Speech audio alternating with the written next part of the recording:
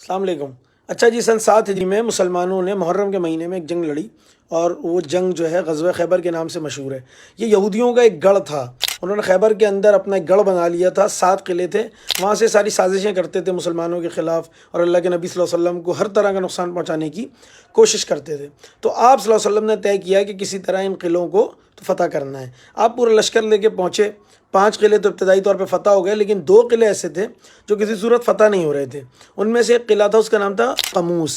اور اس قلعوں کے اطراف میں بڑی تعداد میں کھجور کے درخت موجود تھے،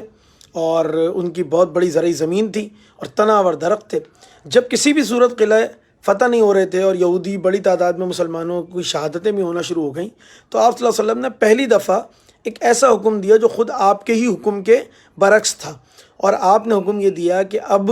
یہ جتنے بھی کھجور کے درخت موجود ہیں ان کو جڑ سے کاٹو اور ان کو آگ لگا دو۔ اور جیسے ہی ان کو درخت کٹنے کے بعد آگ لگنا شروع ہوئی اور یہودی یہ منظر قلعے میں سے دیکھنے لگے، تو فوری طور پہ انہوں نے معاہدے کی پیشکش کر دی اور کہا اچھا جو آپ کہیں گے ہمیں وہ منظور ہے، لیکن آپ یہ کام نہ کریں۔ اس کے پیچھے اللہ کے نبی صلی اللہ علیہ وسلم کی حکمت کیا تھی؟ آپ کو پتہ تھا یہ جو یہودی ہے اس کی جان اس کی معیشت میں اٹکی ہوئی ہے، اور جب یہ اپنی معیشت کا جنازہ نکلتا دیکھیں گے تو فوراً معاہدہ کرنے کے لیے آئیں گے، اور ایگزیکٹلی یہی ہوا۔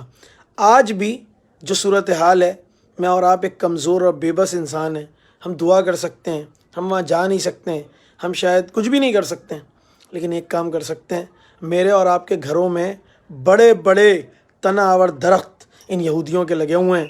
جو کہیں صرف کی صورت میں، کہیں شیمپو کی صورت میں، کہیں کنفیکشنری کی صورت میں، وہ کپڑے لتے کی صورت میں موجود ہیں، اور ہم نے اور آپ نے جڑ سے ان درختوں کو کاٹنا ہے اور ان کی معیشت کا جنازہ نکالنا ہے، آگ لگا دینی ہے۔